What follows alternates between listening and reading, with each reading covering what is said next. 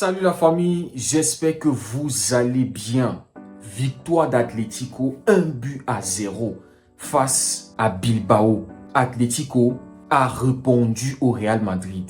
Atlético a profité de la défaite du Real Madrid, a montré qu'ils sont candidats sérieux pour le titre. Ils ne sont même pas prêts à lâcher un point.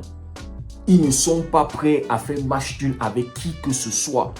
Bilbao était juste derrière eux à 5 points. Si Bilbao gagnait, il revenait à 2 points et pouvait chipper la 3e place à Atlético. Mais ce soir, Atlético a envoyé un message à la Liga. Ils veulent aussi remporter cette Liga. Les amis, je vous ai dit, c'est Game of Thrones. C'est le plus fort qui va remporter cette Liga. Et c'est en train de me... Ça me fait quelque chose parce que demain, le Barça joue à 16h. Ça dit, je suis déjà en train d'imaginer le genre de match qu'on va vivre demain. Le Barça joue à 16h15 face à la Real Sociedad. Et on sait comment la Real Sociedad peut être embêtante. Le Barça ne les a pas battus chez eux. Le Barça avait souffert, galéré, incapable de cadrer un tir après le but qui nous avait été refusé pour hors-jeu, on se rappelle. Après ça, le Barça n'a pas pu cadrer un tir. Le Barça n'a pas pu égaliser. Demain, on affronte ces gars-là à 16h15 dans l'après-midi. Toutes les fois où le Barça joue à 16h15, le Barça a perdu. Le Barça ce soir a vu le Real perdre 3 points. Le Barça a vu Atlético reprendre la première place de manière provisoire. Oh là là les amis, je suis déjà en train d'imaginer le traumatisme. Je suis déjà en train d'imaginer la souffrance. Parce que s'ils avaient joué en premier, ils ne devaient pas avoir cette pression-là. Pas autant, même si la pression allait être là, cette pression psychologique-là de maintenir cette première place. Ça n'allait pas être aussi grande comme demain. Après que le Real ait perdu les points et que Atlético a gagné. Mais les amis, j'espère qu'ils vont se gérer demain. J'espère qu'ils vont gagner demain. Parce que là, Atlético a envoyé un message très fort. Ce soir, les amis, on a vu à quel point Atlético est riche. Atlético a des joueurs sur le banc qui ont de l'expérience, qui peuvent entrer et apporter du résultat. Il a débuté, El Cholo a débuté le match avec la paire Sorloth et Griezmann. D'habitude, on voit Griezmann et Julián Álvarez. Mais ce soir, il a débuté avec Sorloth. Sorloth n'a pas apporté le résultat attendu. Comme quoi, Sorloth c'est un joker. Ou bien c'est seulement face au Barça qu'il est capable de faire ces choses-là. Et ça doit prendre fin. Et c'est la même chose qu'il va encore faire face au Barça. Il va mettre Julián Álvarez à 20 minutes ou 15 minutes à la fin du match. Il va envoyer Sorloth pour venir nous perturber. Donc ce soir, Sorloth n'a pas répondu. Sorloth n'a pas marqué. Et puis Simeone a fait entrer Julián Álvarez et Correa. C'est-à-dire, le gars a de la profondeur. Le gars a des éléments sur le banc. Et même ce soir, Llorente n'a pas débuté le match. Il est entré en deuxième mi-temps. Et c'est lui qui fait la passe décisive pour Julián Álvarez. Les amis, Atlético, ça va être compliqué d'aller là-bas et de les battre. Mais ce soir, les amis, on a vu Atlético qui a été réaliste. L'expected goal est élevé côté Atlético. Et ce n'est que logique qu'ils ont gagné. Bilbao, ils ont eu des situations de but, mais ils n'ont pas été réalistes. Ils ont manqué de précision. Iñaki Williams a touché 2 fois la barre. À l'entame de la deuxième mi-temps, Berenguer, il avait une très bonne occasion pour marquer.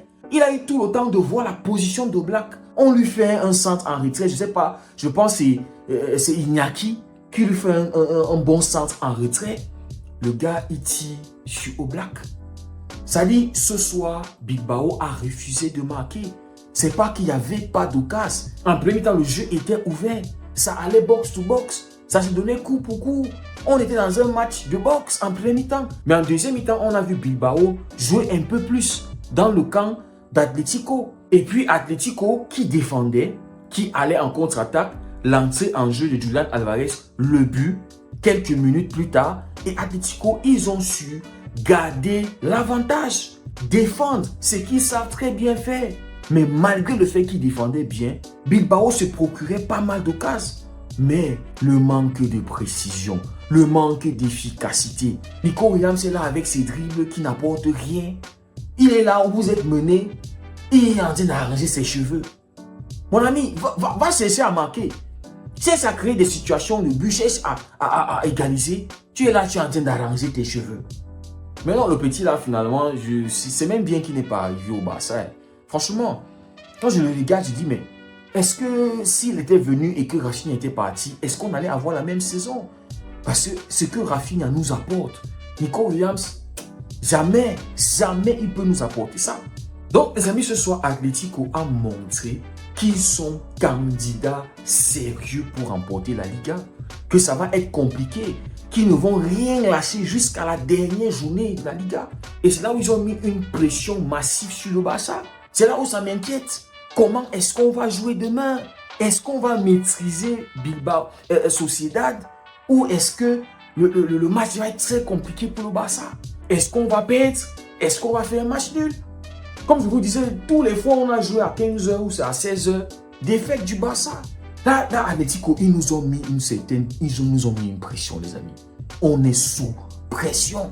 Donc là, Atlético, ils ont su profiter du faux pas du Real Madrid. Et là, ils passent à 2 points du Real. Et maintenant, c'est à nous, le Barça, de gagner demain et de reprendre cette première place-là. Ça va être compliqué. Donc, demain, il y aura le match du Barça.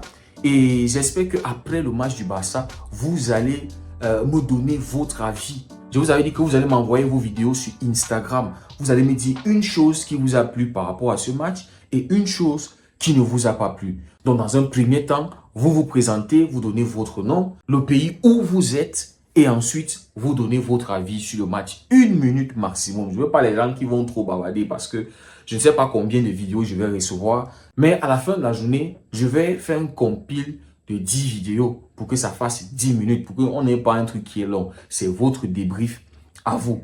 Et ensuite, la semaine prochaine, on aura Champions League.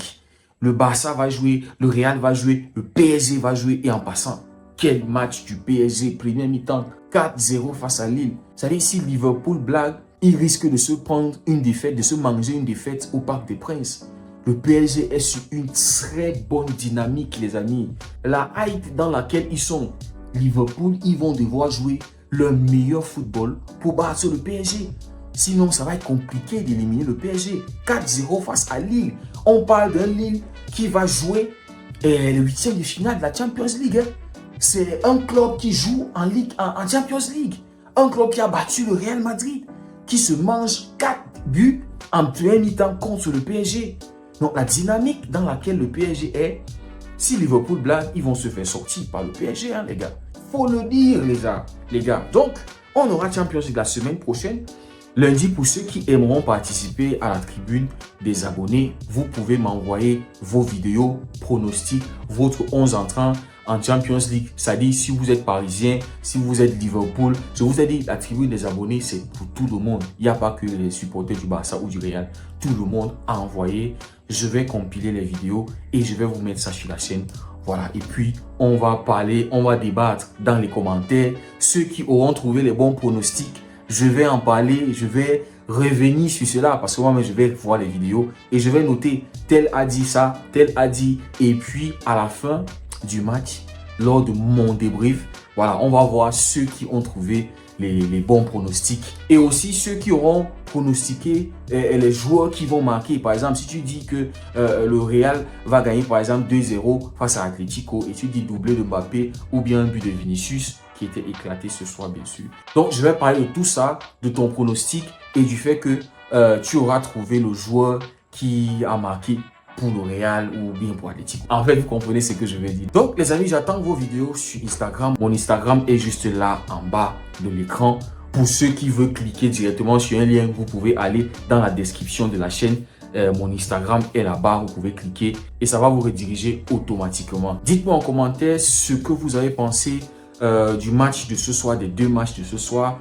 Le Real qui perd 3 points, Atlético qui prend 3 points, le Barça qui doit jouer demain. Les amis, merci beaucoup d'avoir suivi la vidéo. Pour ceux qui découvrent la communauté, n'hésitez pas de vous abonner, ça ne vous coûte rien pour que la communauté puisse s'agrandir. On se dit à demain, passez tous une très belle nuit et que Dieu vous garde.